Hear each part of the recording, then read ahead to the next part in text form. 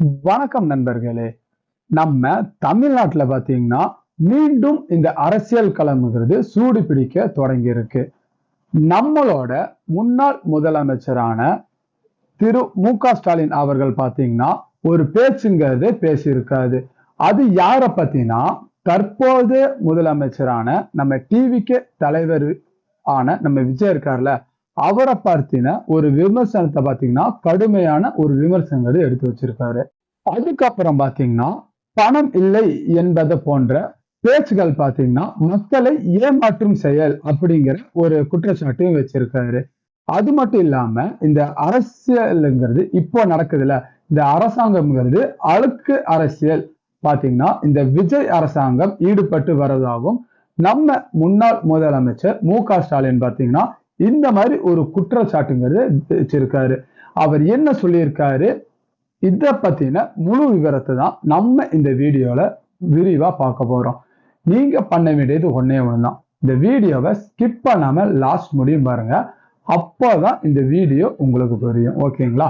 சரி வாங்க, இப்போ டைம் வேஸ்ட் பண்ணாம நம்ம வீடியோக்குள்ள போய் பார்த்தரலாம். ஃபர்ஸ்டா பாத்தீங்கன்னா நம்ம தமிழ்நாட்டோட முன்னாள் முதலமைச்சரான திரு மு.க.ஸ்டாலின் அவர்கள் இப்போ இருக்கிற நம்ம கரண்ட் முதலமைச்சரான விஜய் அவர்களை பாத்தீங்கன்னா அவரது தலைமையிலான நம்ம தமிழக வெற்றி கழகம் டிவிகேன்னு சொல்லுவாங்க, அந்த ஆட்சியை பாத்தீங்கன்னா பல்வேறு கட்டங்கள்ல விமர்சனங்கிறது பண்ணியிருக்காரு. அவர் விமர்சனங்கிறது நிறைய பண்ணியிருக்காருல, அதுல முக்கியமான விமர்சனங்கள் என்னென்ன அவர் சொல்லியிருக்காரு அப்படிங்கிறத நான் இப்போ ஒவ்வொன்றா சொல்ல போறேன். ஓகேங்களா? இதை பாத்தீங்கன்னா முக்கியமா இதில் நிறைய பாயிண்ட்ங்கிறத நான் கவர் பண்ணியிருக்கேன். நீங்க அதை இப்ப பாருங்க.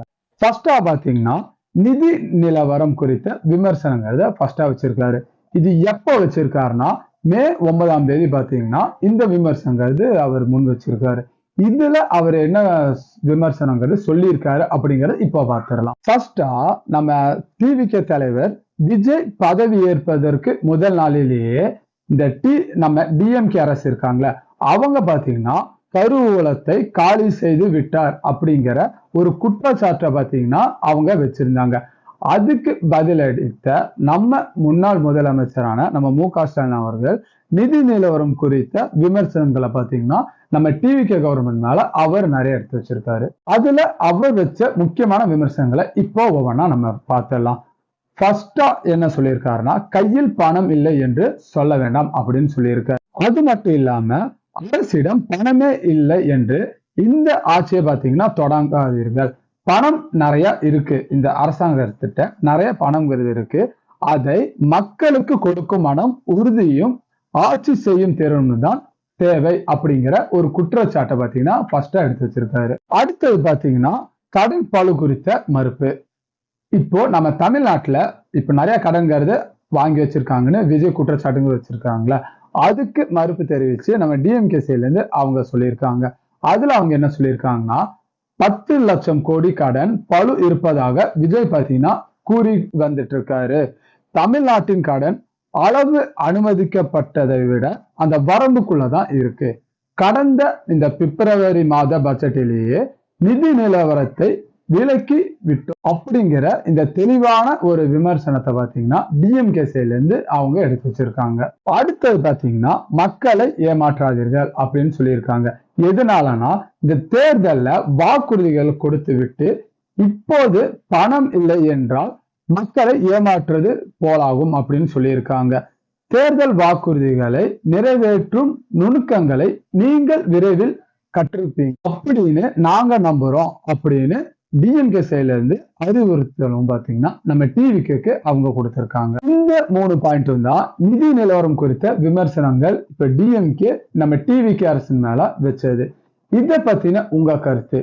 இப்போ நம்ம டிஎம்கே அரசு நம்ம டிவிகே பத்தி இவ்வளவு விமர்சனங்கள் வைக்கிறாங்களே, இது சரியா இல்ல தப்பா அப்படிங்கிற உங்களோட ஒப்பீனியன் என்னங்கிறத கீழே இருக்க கமெண்ட்ஸ்ல கண்டிப்பா சொல்லிட்டு போங்க. ஓகேங்களா? அடுத்தது 2வது பாயிண்ட்ங்கிறது அழுக்கு அரசியல் மற்றும் நிலைத்தன்மை குறித்த விமர்சனங்களை எடுத்து வச்சிருக்காங்க.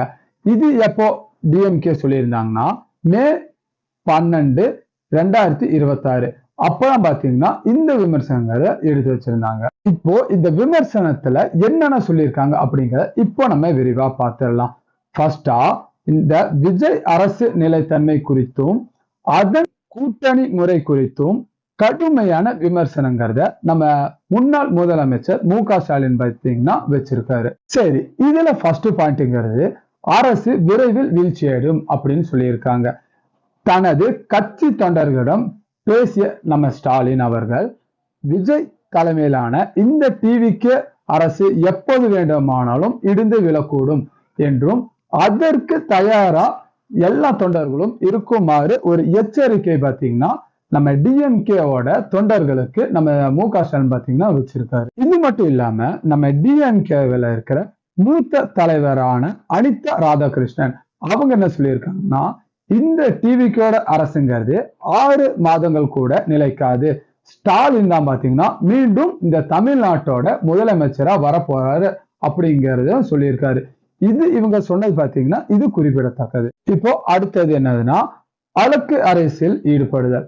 அதை பத்தி நம்ம டிஎம்கே என்ன சொல்லியிருக்காங்க அப்படிங்கறத இப்போ பார்த்துடலாம். நம்பிக்கை வாக்கெடுப்பின் போதும் இந்த நம்ம அதிமுக இருக்காங்களா அவங்க பிரிவினர் மற்றும் இதர கட்சி ஆதரவை நாடியது. இப்ப அவங்க நம்ம டிவிகே சேர்ந்து அவங்க நாடி இருக்காங்களா அதை குறித்து பாத்தீங்கன்னா கடுமையான விமர்சனங்கிறத நம்ம டிஎம்கே சைட்ல இருந்து அவங்க வச்சிருக்காங்க. அது மட்டும் இல்லாம சுத்தமான அரசியல் கிளீன் பாலிடிக்ஸ் என்று வாக்குறுதி அளித்துவிட்டு இப்போதைக்கு பாத்தீங்கன்னா அழுக்கு அரசியல் டேட்டி பாலிடிக்ஸில் ஈடுபடுகிறார்கள். மக்கள் பாத்தீங்கன்னா உங்களை உன்னிப்பாக கவனித்துக் கொண்டிருக்கிறார்கள் அப்படிங்கிற குற்றச்சாட்டு பாத்தீங்கன்னா நம்ம டிவிகே கவர்மெண்ட் மேல நம்ம முன்னாள் முதலமைச்சர் மு.க. ஸ்டாலின் பாத்தீங்கன்னா வச்சிருக்காரு. இதெல்லாம் தான் பாத்தீங்கன்னா அழுக்கு அரசியல் மற்றும் நிலைத்தன்மை குறித்த விமர்சனங்கள். இதெல்லாம் இதை பத்தின உங்கள் கருத்து என்ன? இப்போ அதே மாதிரிதான் இந்த மு.க. ஸ்டாலின் இப்போ சொல்லியிருக்காருல இந்த கருத்தை பத்தி உங்களோட ஒப்பீனியன் என்ன அப்படிங்கறத கீழே இருக்க கமெண்ட்ஸ்ல கண்டிப்பா சொல்லிட்டு போங்க. இந்த முன்னாள் முதலமைச்சர் மு.க. ஸ்டாலின் சொன்னது சரியா இல்ல தப்பா, இல்ல இவங்க இப்படி சொல்றது ஆஷா இருக்கா இல்ல இவங்க மாத்திக்கணுமா அப்படிங்கிற உங்களோட எந்த ஒரு ஒப்பீனியா இருந்தாலும் அதை கீழே இருக்க கமெண்ட்ஸ்ல கண்டிப்பா தாராளமா சொல்லிட்டு போங்க.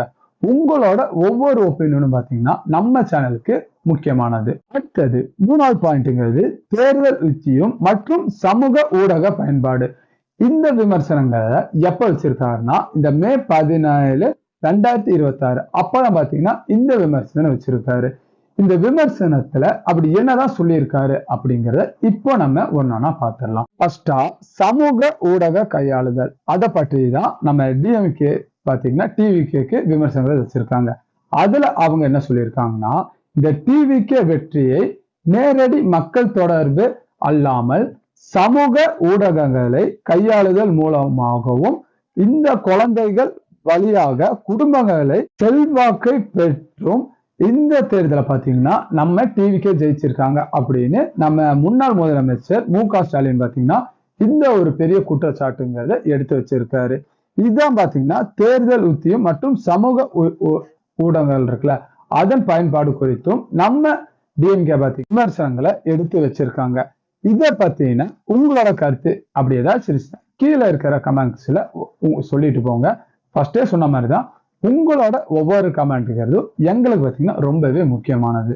அவ்வளவுதான், நம்ம பாத்தீங்கன்னா வீடியோட லாஸ்ட் பகுதிக்கு வந்துட்டோம். இத நம்ம பேசினதை நம்ம சுருக்கி இப்போ லாஸ்டா நம்ம பார்த்துடலாம். சரிங்களா?